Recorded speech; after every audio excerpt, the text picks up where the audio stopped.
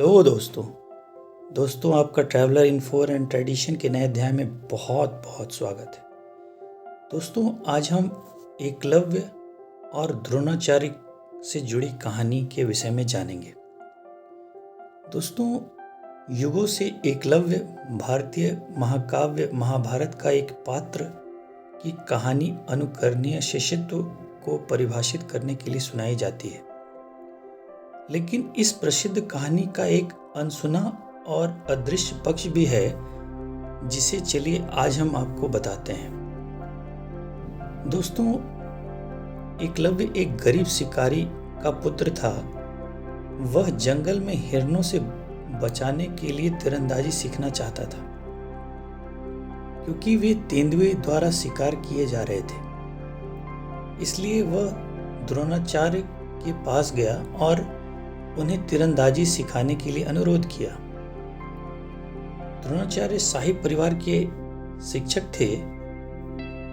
दोस्तों उन दिनों में एक नियम के अनुसार शाही परिवार के सदस्यों को सिखाने वाले शिक्षकों को राज्य कला के विधियों को किसी और को सिखाने की अनुमति नहीं होती थी। इस क्षेत्र में सुरक्षा के लिए किसी के रूप में शक्तिशाली लोगों को शक्तिशाली बनाने के लिए मना किया गया था। इसी कारण गुरु द्रोणाचार्य ने एकलव्य को अपनी सैन्य कला को सिखाने से पूर्ण रूप से मना कर दिया। एकलव्य इस बात से थोड़ा दुखी हुआ। दोस्तों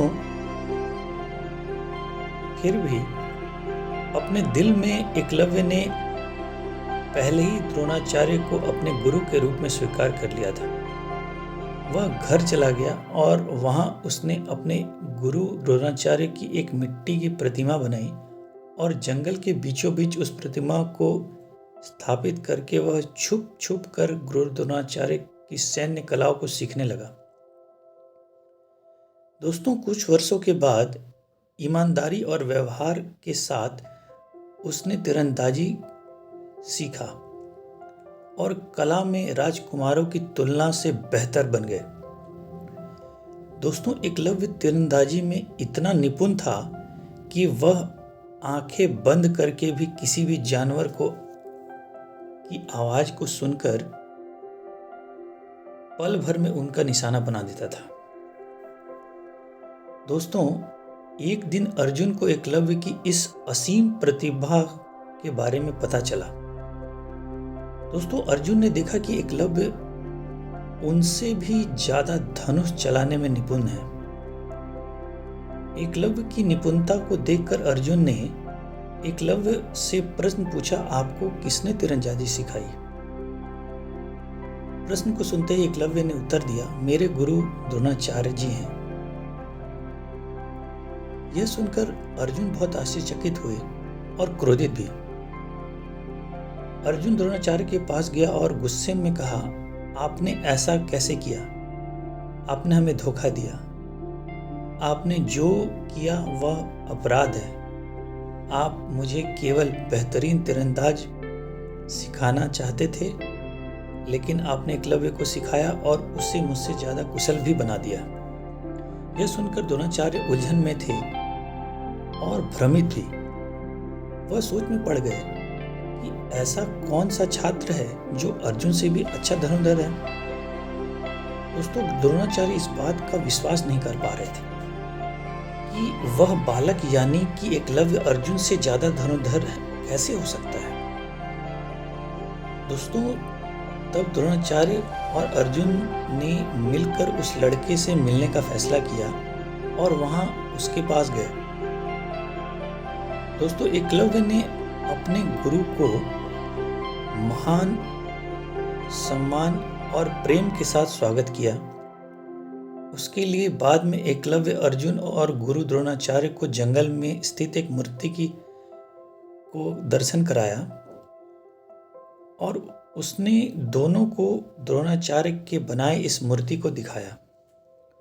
एकलव्य ने उनको सब बताया कि उसने द्रोणाचार्य से सभी विद्या सीखा द्रोणाचार्य इस बात का हाल निकाल नहीं पा रहे थे कि कैसे ये संभव है।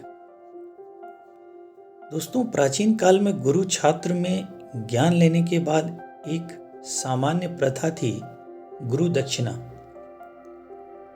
जहां छात्र द्वारा प्राप्त ज्ञान के लिए विद्यार्थी व शिक्षक गुरु दक्षिणा देना अनिवार्य होता था।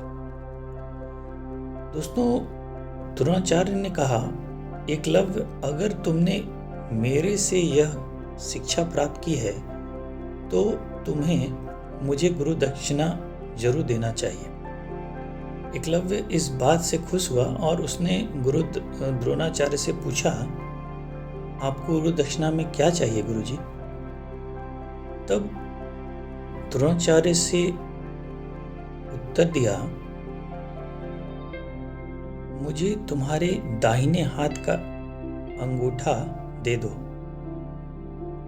एकलव्य जानता था कि अंगूठे के बिना तीरंदाजी का अभ्यास नहीं किया जा सकता, परंतु तब भी एकलव्य ने अपने गुरु को अपने दाहिने हाथ के अंगूठे को काटकर गुरु दक्षिणा दिया।